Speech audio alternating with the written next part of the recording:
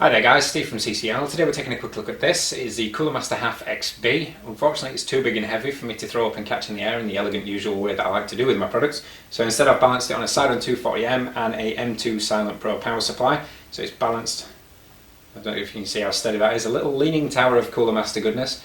I've had some Facebook users ask us to double check some features and specifications of the case, so if you've asked us to do that on Facebook, I'll try and do that as best I can in this video. If you're not a fan of ours on Facebook, I think there's a link down this side, maybe down there somewhere, to our Facebook page. So if you go over there and like it, you can use our Facebook page to enter competitions or request videos or ask me to cover things in videos, or you can use a comment section below, in which case I'll try and do that as well. So yeah, I'm going to have a look at the HAF XB. There's a reason I'm looking at this case and I'll tell you about that later on in the video. So let's move the camera and have a look at what you get. Right, okay, so we're just going to have a quick look around the packaging before we actually open the product. So the first thing you see there is the HAF XB itself, which might not be a form factor that you're used to seeing, specifically from a manufacturer like Cooler Master, but it is a desktop style case, except you can't sit your monitor on the top because of the mesh. But yeah, it's designed to quickly transform from being a portable PC to a test bench or anything like that. So it tells us down here that it's a case / test bench, quickly transforms into a test bench, doesn't make the transformer sound or anything like that when you start taking the side panels off, but that'd be cool. Removable motherboard tray, so that's easy. Obviously the motherboard sits about there, so if you want to get to anything below, you just whip the tray out and it's easily all accessible. Front USB 3.0 ports and 2 X docks, so they are hot swappable hard drive bays there, so you only get two 3.5-inch bays, but inside it's got plenty of room for 2.5-inch solid state drives. So yeah, that's the front of the box. Flip it around now and have a look at this side. It tells us all the specifications, got the dimensions, the net weight. So it weighs 8.2 kilograms. So it tells us motherboard compatibility, so you've got the CPU, cooler height, etc. It tells us all the dimensions. All this is on the website. There'll be a link to the actual article in the description below, so you can go off and read that separately. If we look at the back side, you can obviously see all the different angles of the case. So we've got it from the front, it highlights the USB 3 ports, the X-dock trays, obviously the front mesh where you can fit a radiator and fans if necessary. I do believe it already comes with fans pre-installed. And then you've got your 5.25-inch bays. That's a top view with the top off, so you can see inside. We've got 7 expansion slots, we've got room for a fan, and the motherboard back tray with a huge cutout there, so obviously to make it easier for fitting any aftermarket coolers. Got the massive cutout there. This is a view from the side, so you can see where one of the side panels taken off. You can see through into where the hard drive cages go, the 2.5-inch cages back there, the power supply mount, and lots of other things going on. And then around to this side again, just another picture of the HAF XB sat there looking quite menacing on its own. So that pretty much covers it for the packaging. Now what I'm probably going to do is move the camera back a little bit and put the tripod back up so we can actually see this as it comes out of the box. Right, okay, so I've pulled the camera quite far back now so we can see all the desk as I actually get the product out of the box, but what I'll do is when we're actually looking at the case, I'll bring the camera back forward again so you can have a better look at the case. So let's open the packaging, using a screwdriver because I can't find my knife.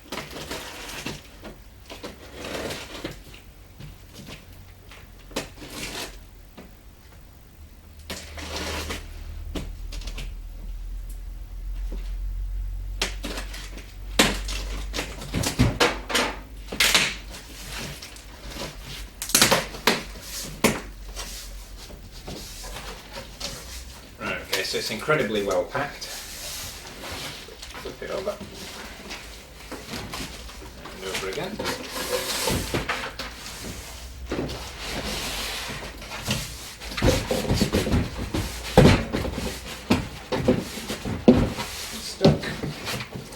Stuck on the handles.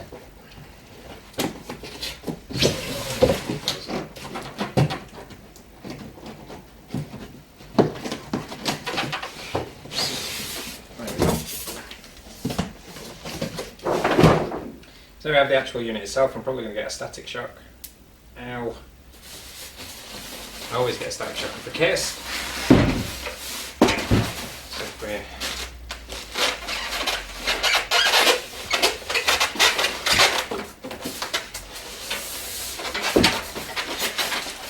let's do it that way.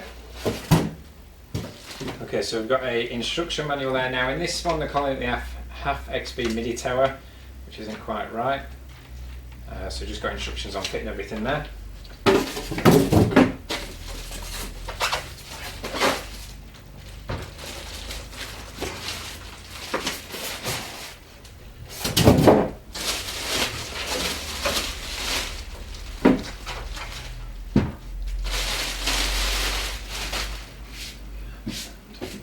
a mess. So there's the actual unit itself. Now obviously we carry handles on the side to make this ultra portable.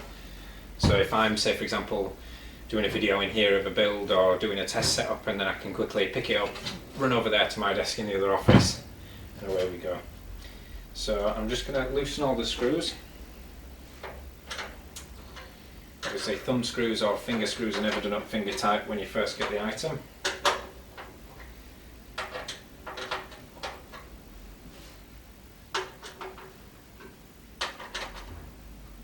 So loosen all these.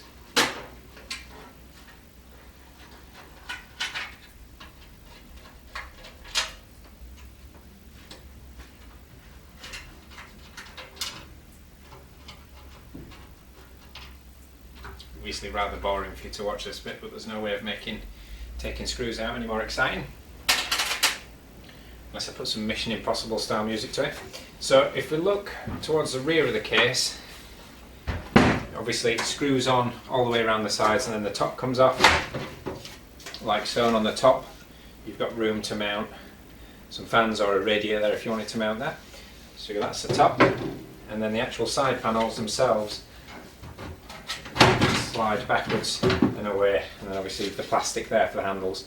Now one thing I'm going to show you when you move the camera in is the actual handles being plastic.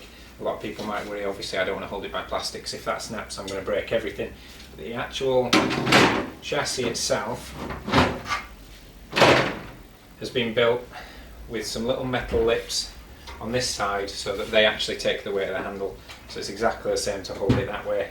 So as you can see, out of the box, it's quite easy to hold, quite easy to carry, manoeuvre, etc. And we've got the removable motherboard tray inside. So what I'm going to do is I'm just going to pop this down again, and then I'm going to move the camera forward, and I'm going to show you from my perspective what you can see of the actual case. Right, okay, so I've moved the camera now so you can see a bit more of the case and a little bit less of me, which is always good.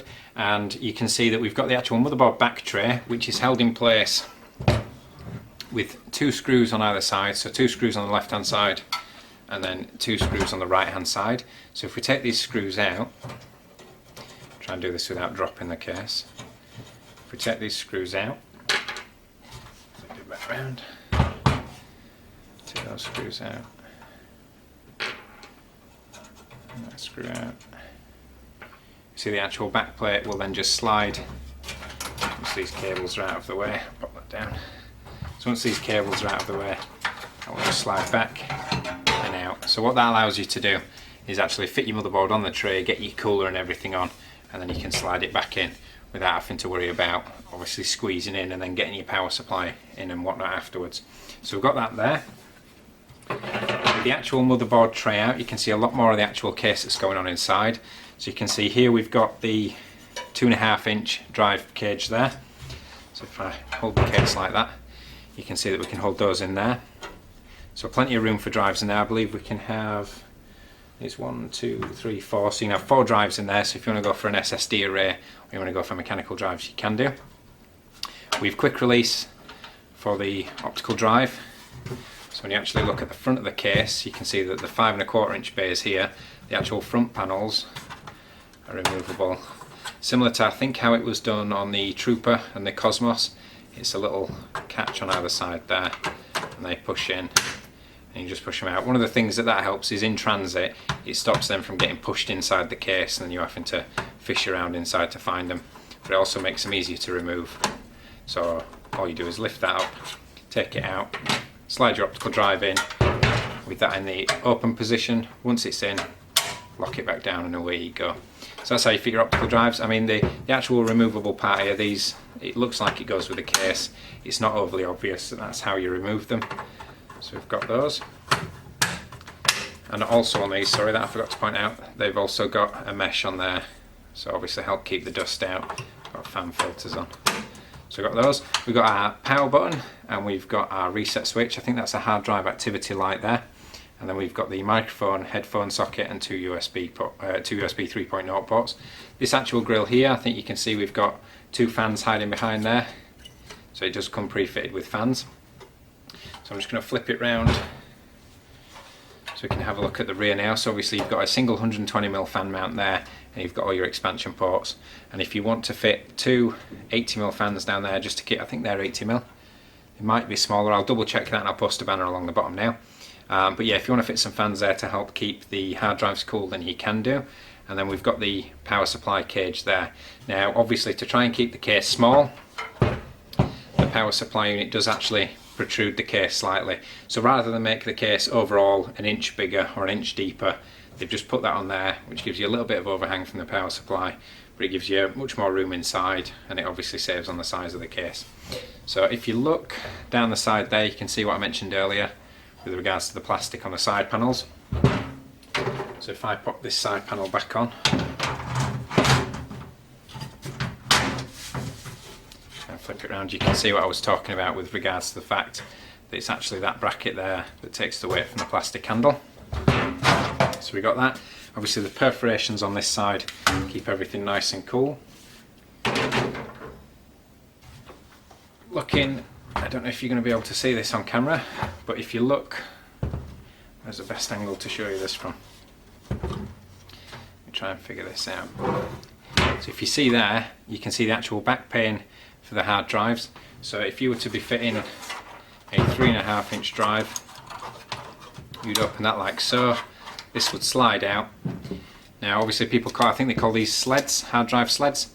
Now what you used to have to do was bend these and put your hard drive in and it would clip in place, whereas all you have to do with these now is push this little tab, that will slide out. You fit your hard drive in, line the holes up, and then it clicks back in place. And then obviously to get your drive back in, you simply go down there. Now I've just noticed that we've got a box of goodies. We've got a box of goodies in this one. So even though I don't have a hard drive to show you, I think Cooler Master have shown us here with this one. So we've got the box fitted securely in there. If you push this tab, you can then separate that and the box comes out. So it's the same principle for a hard drive. So we've got our box of goodies. So let's pop that down like that and we'll see what we get in this box.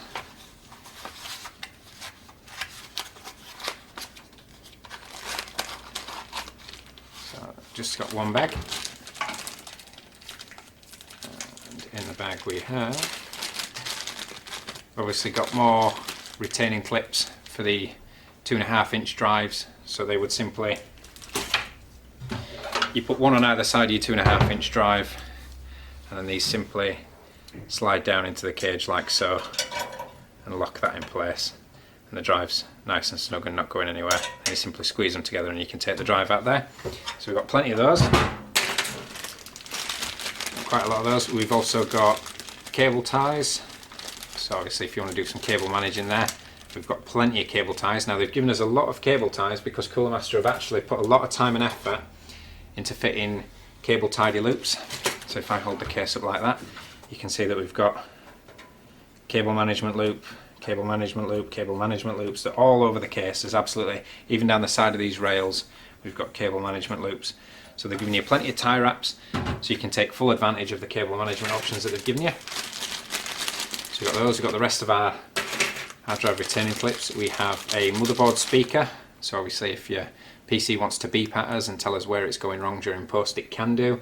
I can't stress, a lot of people don't actually fit these, but they really come in handy when you're trying to troubleshoot a system that's not posting. I did a guide, which I'll post a link to in the description below, with regards to troubleshooting a computer.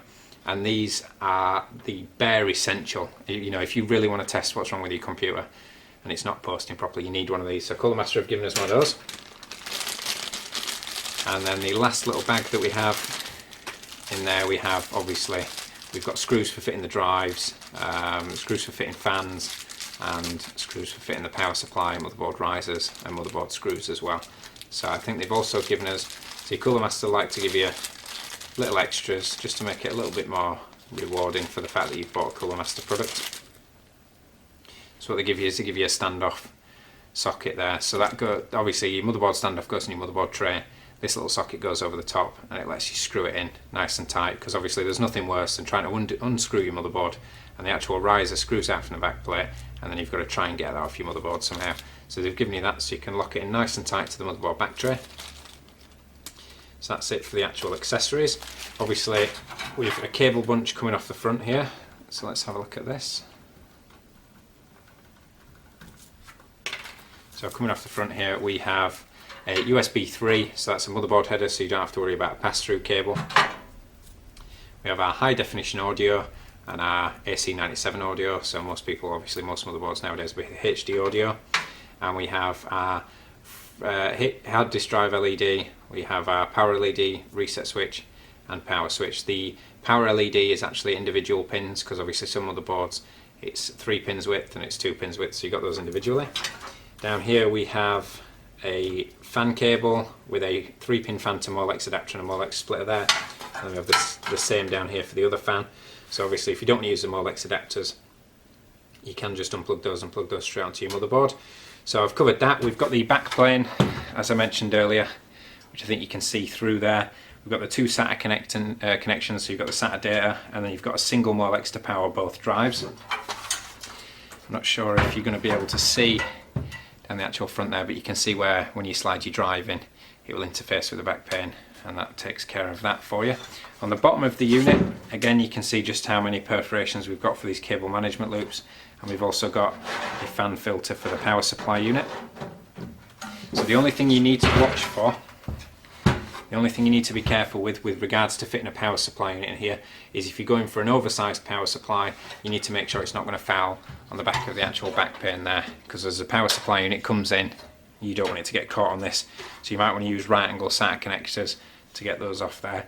So what I'm going to do now is I'm just going to stop the camera and I'm going to fit a power supply unit in, because one of the members on Facebook wanted to know if there was enough routing options to actually manage the excess cables on a power supply. So I'm going to stop the video, I'm going to chuck a power supply unit in there and show you just how easy it is to loop them around to take the length off. Right, okay, so as you can see, we've got the power supply unit fitted now. I'm using the Silent Pro M2, which is a 1000 watt model from Cooler Master. It is a modular power supply, but that doesn't actually help you when the cable lengths are designed for full-sized ATX cases, and you don't need that kind of length in this case. So what we've actually done, even though it looks a little bit messy, I've used the cable management loops to take as much slack and excess cable in as I possibly can. So for example, if you look at where the serial ATA power cable runs down there, you can see that what I've actually done is I've overlapped it numerous times and tied that down using the cable management loop. And then what you've got is you've got obviously a nice small short cable there, and you can fit your serial ATA power as necessary. Now on this actual cable, with the actual Cooler Master cable, you're quite lucky because it's a flat cable and the actual SATA power connectors are removable. So what you can do is, if you don't want all of this slack, what you can do is take the actual serial ATA connection off, move it further down so you've got the actual gap in between the drives, cut off the excess cable, so trim it to length, and then you've got that there. Or if you don't have that option on your power supply, what you can do is simply just fold them out of the way like that and then tie wrap them in place and have them all the right length. So Cooler Master have given you that option. So I've got the SATA cables punched out there. For the PCI Express power connectors, I've taken them out of the back of the power supply, down here, clipped them in place using one of the cable management clips, come back up here, tie wrapped it to the top of this cage, and then once you've got your motherboard tray in, you've got obviously enough there for it to plug in, and you can wrap it up and tie it out of the way. You can actually go back down there once more and up to the top to take a little bit more length off if necessary. For the motherboard power connector, obviously because it's going to be fitting around about this side of the board, I've got it going out of the side of the case down here, along this side, and then cable clipped out of the way. Now obviously I'm reducing as much obstruction to airflow as there can possibly be in this case. Unless you can customise your cables and make them significantly shorter, you're going to have to do something similar to this. Now I've seen a lot of HAF XB build guides online and they are incredibly messy, and the cables are just bunched up together and stuck down here or wedged down there or wherever, and there is absolutely no excuse for it. Cooler Master have given you that many different cable management loops that you can take the slack off the cables and not significantly reduce the airflow. So I've done the same on this side for the CPU power or your ATX 2s. We've taken the slack out, looped it up out of the way, and then it's just got this length on it to go onto the actual motherboard. So if I fit the motherboard tray, so obviously these will be in here going into the actual power connector, these will be going to your motherboard. So if I fit the motherboard tray,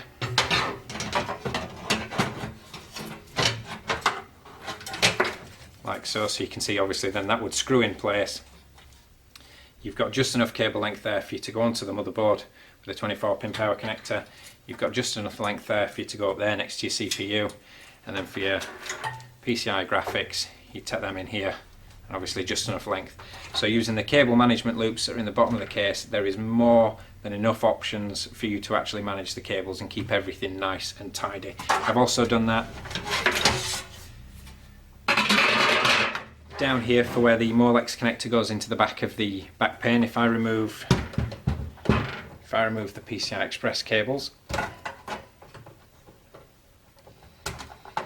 you should be able to see that I've done exactly the same thing that I did with the serial ATA drive, which is I've taken the Molex cable down there, I've folded it on top of itself numerous times, and then I've tie wrapped it out of the way. So it's not obstructing the airflow for the power supply, it's not obstructing anything down here. I've not got a bunch of cables just stuck somewhere. Like I say, you've got more than enough options to do this as a really tidy build. So despite the fact that the case requires a little bit more TLC and a little bit more planning when actually putting a build together, I don't think there will be any cable management problems for most people. As long as you take the time to wrap everything out neatly. What I would probably suggest is when you're actually putting the tie wraps through the tie wrap loops, if you leave them slack for now, that gives you the option of taking a little bit of the cable slack off and then tightening them fully once you've got everything in place and you know how tight and how much slack you need on the cables, etc. But all in all, if you plan it properly, you can build it nicely. And if you build it nicely, obviously it'll stay cool, it'll be easy to maintain, and it'll be easy to get in there, clean, switch products out if you want to test some different cards. So if you're using this as a test bench, etc., then it's going to be easier in the long run. So yeah, to the person that asked on Facebook, sorry I can't remember your name right now, but if that answered the question for you, I hope it did. If not, leave a comment and I'll try and obviously cover it in a little bit more detail for you. But I will be putting a review system together in this, so we're going to be sending it out to the writers and they're going to be using it for benchmarking and whatnot. So I'm going to be doing that as a build video as soon as the rest of the components turn up. Unfortunately, some of the components that are going in there aren't available on the market yet, so I've got to wait. I don't know how long that video is going to be. Obviously, I can't give you an ETA because that might give something away, but we will be doing a video and a build video inside this case. So I'll be doing a build log and you'll be able to see everything that's going on there. So yeah, that pretty much summarises everything for the Cooler Master HAF XB. If you could rate, comment and subscribe. My name's Steve. Thanks for watching.